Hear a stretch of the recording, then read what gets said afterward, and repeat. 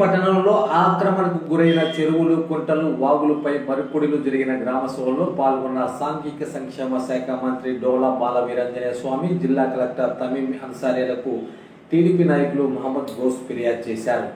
1100 ఎకరాల పైగున్న చిన్న చెరువు, పెద్ద చెరువు విస్తీర్ణంలో 50% పైగా ఆక్రమణకు గురైందని, అదేవిధంగా చిన్న చెరువులోని వందలాది మెట్రిక్ టన్నుల మట్టిని అక్రమంగా తరలించారని కలెక్టర్ దృష్టికి తీసుకుని వెళ్ళగా కలెక్టర్ తమీం అన్సారీ ప్రత్యేక అధికారి చేత విచారణ జరిపించి చర్యలు తీసుకుంటామని హామీ ఇచ్చినట్టు టీడీపీ నాయకులు మహమ్మద్ గౌస్ తెలిపారు.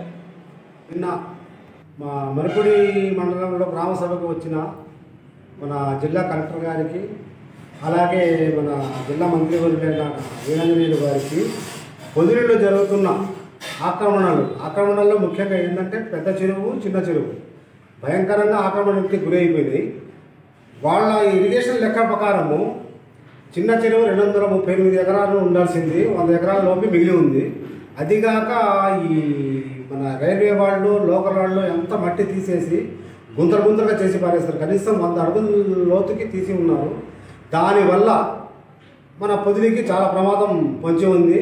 అలాగే పెద్ద చెరువు 811 ఎకరాలు, అంటే మన ఇరిగేషన్ వాళ్ళ లెక్క ప్రకారము 811 ఎకరాలకు గాను 700 ఎకరాలు మిగిలి ఉన్నాయి.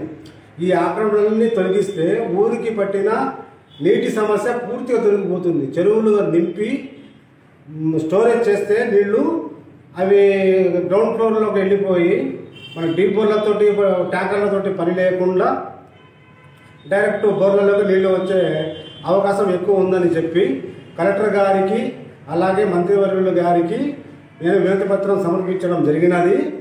అది క్షుణ్ణంగా పరిశీలించి కలెక్టర్ గారు ఒకరోజు వచ్చి ఈ పెద్ద చెరువు, చిన్న చెరువు ఇవన్నీ ఆక్రమణల గురించి చూసి దాని మీద చర్య తీసుకుంటామని చెప్పారు. అలాగే మన శాసనసభ్యులు గారి దృష్టికి కూడా తీసుకెళ్ళాను.